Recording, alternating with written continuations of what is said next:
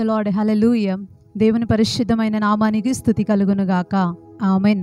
ఉదయకాలపు మన్నా అనే ఈ కార్యక్రమాన్ని చూస్తున్న మీ అందరికీ ప్రభు పేరిట ప్రత్యేకమైన వందనాలు తెలియజేస్తూ ఉన్నాను. పరిశుద్ధ గ్రంథంలో నుంచి ఒక వాక్య భాగాన్ని మనం చదువుకుందాం. 2వ కీర్తన 12వ వచనం చివరి లైన్ని మనం చదువుకుందాం. ఆయనను ఆశ్రయించు వారందరూ ధన్యులు. దేవునికి స్తోత్రం. హల్లెలూయా.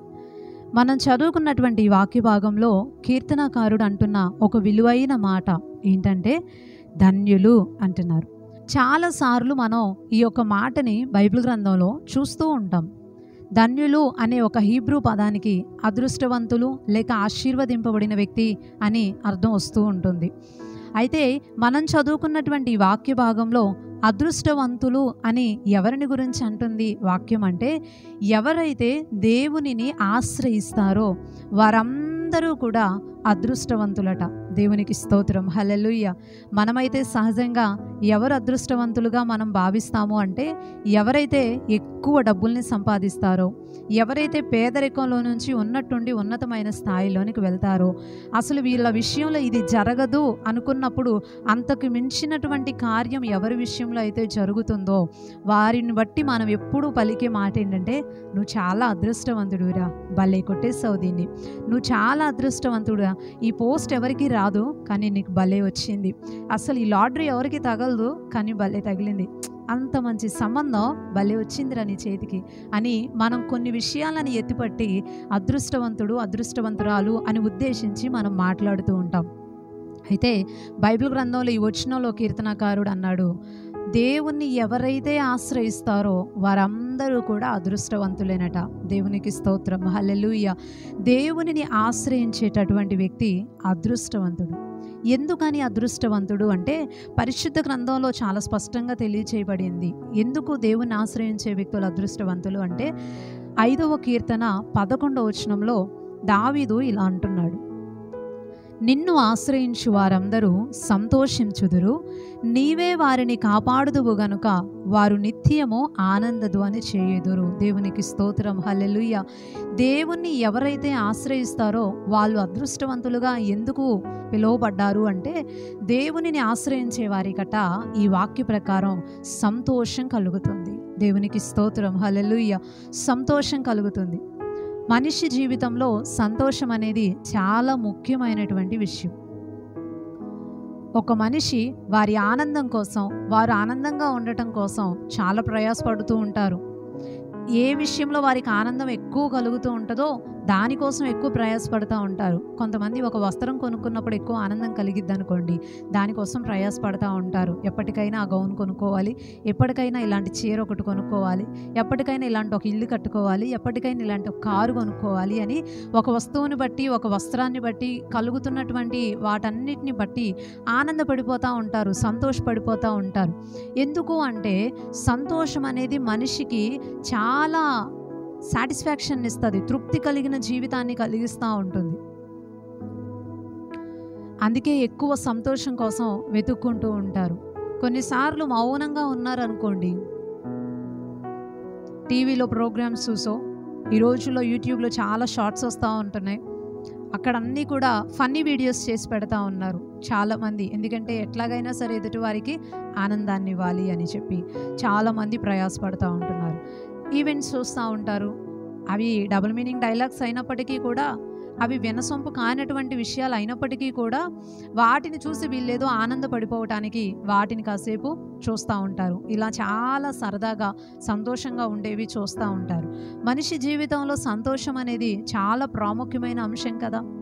ఎంత డబ్బులున్నా, ఎన్ని ఆస్తిపాస్తులున్నా, ఎంత కుటుంబంలో ఎంత మనం కలిగి ఉన్నా, పేరుగాంచిన వాళ్ళమైనా, సెలబ్రిటీలమైనా, ఎవరమైనా సరే, ఇన్ని ఉన్నప్పటికీ కూడా లోపల ఆనందం అనేది లేకపోతే జీవితం అన్నిటి మధ్యలో కూర్చున్నా సరే ఒట్టిపోయినట్టుగా ఉంటుంది. చుట్టూ వందల మంది ప్రజలు ఉన్నప్పటికీ కూడా ఒంటరిగా ఉన్నట్టు ఉంటుంది. కృంగుదల, బాధ, దిగులు, చింత ఇవన్నీ కూడా సంతోషం లేకపోవటాన్ని బట్టే కలుగుతూ ఉంటాయి. అదే చూడండి, పూరు గుడిసెలో ఉన్నా, తినడానికి సరిగా అన్నం ఉన్నా లేకపోయినా, పచ్చడేసుకొని ఒక ముద్ద తిన్నా, వాళ్ళు ఆరు బయట కూర్చొని నలుగురు కూర్చొని 4 మాటలు మాట్లాడుకుంటూ సంతోషంగా పకపకా నవ్వుకుంటూ ఉంటారు.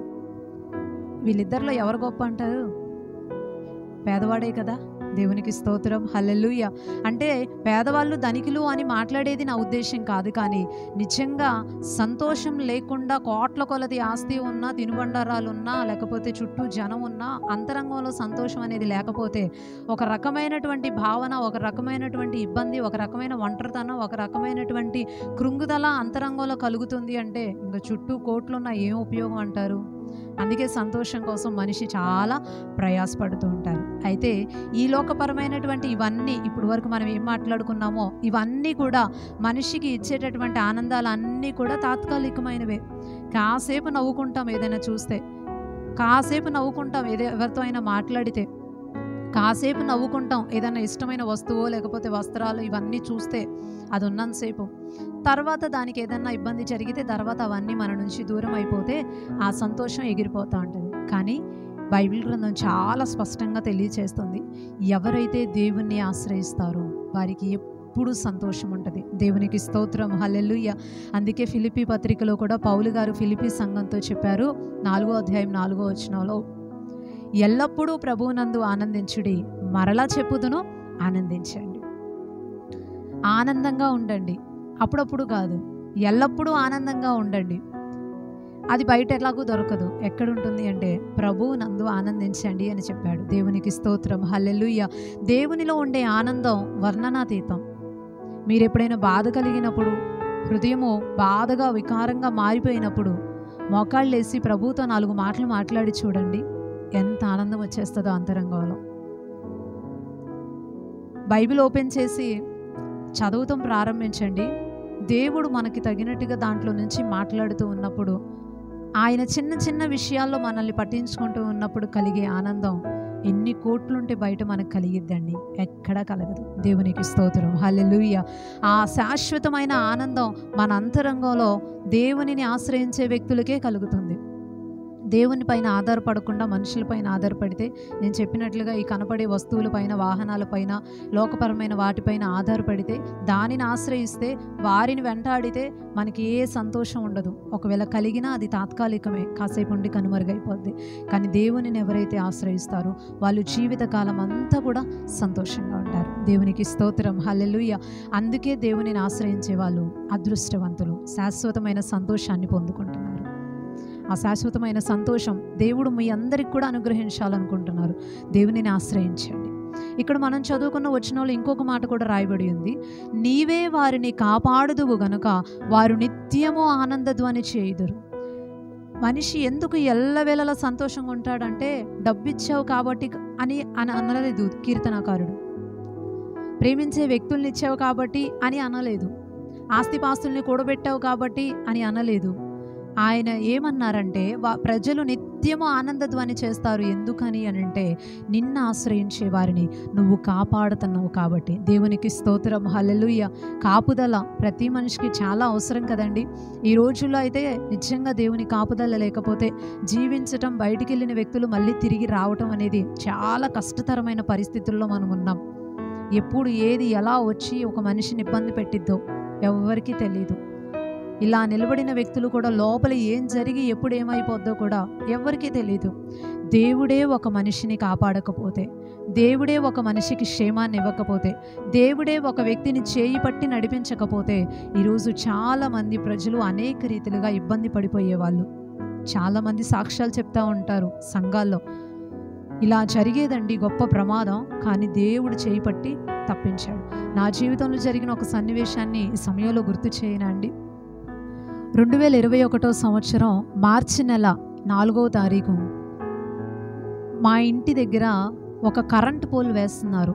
కొత్తది, ప్రభుత్వాలు మారాయి. సో కొంచెం రీమోడలింగ్స్ చేస్తూ వచ్చారు. అప్పుడు కరెంటు స్తంభం ఒకటి ఎక్స్ట్రా వేయాల్సి వచ్చింది మా బజార్లో. మా ఇంటి ముందే వేస్తున్నారు. మా ఇంటి పక్కన నుంచి మెయిన్ లైన్ వైర్ లాగుతూ ఉన్నారు పక్కకి. ఆ సమయంలో చాలా సంవత్సరాల నుంచి మేము పెంచుకున్నటువంటి ఒక చెట్టు మా ఇంటి పైకి అల్లుకొని, మా ఇంటి పైన ఉన్నటువంటి లైట్స్కి అది చుట్టుకుపోయి ఉంది. ఆ చుట్టుకుపోయిన చెట్టుని కట్ చేయండి, లైన్ వైర్కి ఎప్పుడైనా తగిలే ఇబ్బంది ఉంటుంది, మీకు ఇబ్బంది లేకుండా ఉంటుంది అని కరెంట్ లైన్మెన్స్ చెప్తే వెంటనే వెళ్ళి కట్ చేసి దాన్ని కింద పడేసాం. నాకు ఆ టైంలో అనిపించింది, చాలా సంవత్సరాలుగా చెట్టు పెరిగి మొత్తం అల్లుకుపోయింది కదా, ఈ పారిగోడ అంతా కూడా, ఈ పిట్టగోడ అంతా కూడా చాలా ఆగంగా మారిపోయింది, దీన్ని బాగా శుభ్రం చేయాలి అని చెప్పి అనిపించి ఆ టైంలో బాగా క్లీనింగ్ ప్రాసెస్ మొదలుపెట్టి మొత్తం శుభ్రం చేస్తూ ఉన్నాను. ఎప్పుడైతే అదంతా కూడా శుభ్రం చేస్తూ ఉన్నానో నీళ్ళు పోసి కడగటం, క్లాత్ పెట్టి తొడవటం ఇవన్నీ చేశాను. అప్పుడు ఆ వాటర్ పోసి కడగటాన్ని బట్టి, తొడవటాన్ని బట్టి, రుద్దటాన్ని బట్టి నా బట్టలన్నీ కూడా తడిచిపోయింది. నా బట్టలన్నీ కూడా తడిచిపోయాయి. కింద అన్నీ కూడా ఫుల్ వాటర్తో ఉండిపోయింది. నా చేతులు ఇక బాడీ అంతా ఫుల్గా వాటర్తో తడిచిపోయింది. అలాంటి సమయంలో నేనేం చేశాను అంటే, ఇట్లా మన ఇంటి పైన లైట్స్ పెడతారు కదా, ఒకటి లోపలికి ఒకటి బయటకు ఉంటుంది. ఆ లైట్స్ కూడా చెట్టు అల్లుకుపోయి మొత్తం ఆగమైపోయింది. క్లీన్ చేద్దామని చెప్పి క్లాత్ పెట్టి తుడిచి ఆ తడి చేతులతోనే నేను ఒక చేతిని, కరెంట్ లేదు కదా అన్న ఆలోచనలో ఉండిపోయాను, అంత ఆలోచించలేకపోయాను. ఒక చేత్తో ఐరన్ రాడ్ పట్టుకొని ఉన్నాను, ఇంకొక చేత్తో బయట పక్కన లైట్ మీద నేను నా చేయి పెట్టి ఉంచాను. అందరూ కింద ఉన్నారు, నేను పైన ఈ పని చేస్తున్న విషయం ఎవరికి తెలియదు. కింద వాళ్ళు లైన్మెన్స్ వాళ్ళు వర్క్ చేస్తూ ఉంటే మమ్మీ డాడీ వీళ్ళందరూ కూడా బయట ఉండిపోయారు. ఆ సమయంలో క్లీన్ చేస్తూ ఉన్నాను. సడన్గా కింద వర్క్ ఫినిష్ అయిపోయింది. లైన్మెన్స్ వెళ్ళిపోయి యథావిధిగా లైన్ ఆన్ చేసేసారు, మెయిన్ లైన్ ఆన్ చేసేసారు, కరెంట్ ఆన్ అయిపోయింది. ఎలా వచ్చిందో తెలియదు కానీ స్విచెస్ అన్నీ ఆఫ్లోనే ఉన్నాయి, కానీ ఆ పైకి పోల్లోనికి కరెంట్ వచ్చేసింది. వెంటనే నా చేతులు ఒక చెయ్యి రాడ్ మీద ఉంది, ఒక చెయ్యి వచ్చేసి లైట్ మీద ఉంది. అలాగే ఉన్నాను, కరెంట్ అనేది పాస్ అయిపోయింది. నేను వాటర్లో నిలబడిపోయి ఉన్నాను. మొత్తం నా ఒంటి నిండా నీళ్లు, నా ఎదురుగోడంతా నీళ్లు, నేను నుంచున్న నేల నీళ్లు, మొత్తం నీళ్లలోనే నేను ఉండిపోయాను. చాలా ఇబ్బందికరమైన పరిస్థితి. కరెంట్ పాస్ అయిపోయింది, నా బాడీలోనికి వచ్చేసింది. నాకు తెలిసిపోతుంది, ఏం చేయాలో తెలియదు. ఆ సమయంలో నేను గట్టిగా అమ్మా అని చెప్పి గట్టిగా అరిచాను. నేను అరిచిన అరుపులు 1-2 సార్లుగా అరిచాను. నేను అరిచినటువంటి అరుపులు మా బజారు సగానికి వినిపించాయి. ఇంకా జనం అంతా పరిగెత్తుకొని వచ్చేసి, అందరూ కూడా వచ్చేసి పైకి వచ్చేసేసరికి నిజంగా కరెంట్ షాక్ నన్ను పట్టేసి వదిలిపెట్టలేదు. కానీ నాకు తెలుసు, నేను అనుభవించాను కాబట్టి, ఎప్పుడైతే లైట్ పైన నేను చేయి పెట్టి ఇలా ఉన్నానో, ఆ చేతిని పట్టుకొని దేవుడు దాని నుంచి నన్ను ఇలా విడిపించి వెనక్కి ఇసిరేశాడు. వెంటనే వెళ్ళి నేను వెనకమాల ఒక బండి ఉంటే దాని మీద అలా పడిపోయాను దూరంగా. భయంతో పరిగెత్తుకుంటా వచ్చి మెట్ల దగ్గర కూర్చుండిపోయాను. వాళ్ళందరూ పైకి వచ్చేసరికి నిజంగా ప్రాణాపాయ పరిస్థితి. ఇక నేనంటూ ఆ రోజు లేను. అలాంటి క్రిటికల్ పొజిషన్లో ఎవరు కాపాడారండి? అందరూ వచ్చి చూసి ఏమైంది, ఎందుకనంటే ప్లేస్లో లేను కదా, ఎవరికి ఏం తెలియదు. అక్కడికి వచ్చి చూస్తే అప్పుడు చెప్తే అందరూ ఒక్కటే ఏడుపు. కరెంట్ లైన్మెన్స్ వచ్చి పైన అక్కడ నేను నిలబడిన ఏరియాలో టెస్టర్ పెట్టి చెక్ చేస్తే అప్పటికీ కూడా ఆ కరెంట్ అనేది నేను నుంచున్న నేలలోనికి, పిట్టగోడలోనికి, లైట్స్లోనికి పాస్ అవుతూనే ఉంది. అందరు ఆశ్చర్యపోయారు, చాలా ఆశ్చర్యపోయారు. ఎలా విడుదల వచ్చింది నీకు, ఇలాంటి నీళ్లలో ఉన్న వ్యక్తివి కరెంటు ఎలా విడుదల వచ్చింది అని చెప్పి అందరు ఆశ్చర్యపోయారు. నేను ఒక్కటే చెప్పగలను, నా దేవుడు నన్ను చేయి పట్టి వెనక్కి నెట్టాడు. అందుకు నేను ఈరోజు సజీవంగా ఉన్నాను. దేవునికి స్తోత్రం, హల్లెలూయా. ఈరోజు ఇలా ఉండటానికి కారణం ఆయనే. అది నాకు దేవుడిచ్చిన ఒక నూతనమైన జన్మ, నూతనమైన జీవితం. దాన్ని బట్టే ఈరోజు నేను ఇలా బ్రతికి ఉన్నానని చెప్పాలి. ఎవరు కాపాడాలండి? ఇంట్లో ఉన్న వాళ్ళకి ఎప్పుడేం జరిగిద్దో తెలియదు, బయటికి వెళ్ళిన వ్యక్తులకు ఎప్పుడేం జరిగిద్దో తెలియదు, మరలా తిరిగి ఇంటికి వచ్చేంత వరకు ఏది సంభవించిద్దో తెలియదు. ఎన్నో ప్రమాదాలు మనం ఇప్పుడు రోజుల్లో చూస్తున్నాము. పరిస్థితులు ఎలా మారిపోతాయో తెలియదు. ఎవరు కాపాడాలి అంటే దేవుడే కాపాడాలి. దేవునికి స్తోత్రం, హల్లెలూయా. అందుకే కనబడుతున్న వాటి మీద కనబడుతున్న వాటి మీద కాదు కానీ దేవునిపైనే దృష్టి పెట్టి దేవునినే మనం ఆశ్రయించాలి. దేవునిని ఆశ్రయించిన వ్యక్తుల్ని దేవుడు కాపాడుతాడు, సంతోషాన్ని ఇస్తాడు. అందుకే ఆయనను ఆశ్రయించిన వ్యక్తులందరూ కూడా అదృష్టవంతులు. ఈ అదృష్టం మీకు కావాలా? అయితే దేవునిని ఆశ్రయించండి. దేవుడి కొద్ది మాటలు దీవించునుగాక. ఆమెన్. చిన్న ప్రార్థన చేసుకుందాం. పరిశుద్ధుడు అయిన తండ్రి, ప్రేమ కలిగిన ప్రభువా, ఈ ఉదయకాల సమయాన్ని బట్టి మిమ్మల్ని స్తుతిస్తున్నాం. ఎవరైతే మిమ్మల్ని ఆశ్రయిస్తారో వారందరూ ధన్యులని, వారికి సంతోషం కలుగుతుందని, వారిని నీవు కాపాడతావు అని, ఎప్పుడూ ఆనంద ధ్వని చేసేలాగా వారి జీవితాన్ని నీవు పట్టించుకుంటావని నీ మాటల ద్వారా మీరు తెలియపరిచిన విధానాన్ని బట్టి నీకు స్తోత్రాలయ్యా. ఈ మంచి సమయంలో ప్రతి ఒక్కరిని దీవించండి. అందరికీ క్షేమము, కాపుదల, ఆరోగ్యము, మీ సహాయాన్ని దయచేయండి. ఎగ్జామ్స్ రాస్తున్న పిల్లలందరికీ కూడా మీరు తోడుగుండండి. మా ప్రాంత ప్రజలందరికీ రక్షణ భాగ్యం దయచేసి మిమ్మల్ని ఆశ్రయించే వారిగా చేసి మీ ద్వారా కలిగే ఆశీర్వాదాలని పొందుకునే కృపను అనుగ్రహించమని వేడుకుంటూ నజరేయుడును శక్తి కలిగిన యేసుక్రీస్తు వారి శ్రేష్టమైన నామములో ఈ ప్రార్థన మనవులన్నీ అడిగి వేడుకుంటున్నాం పరమ తండ్రి. ఆమెన్. ఆమెన్.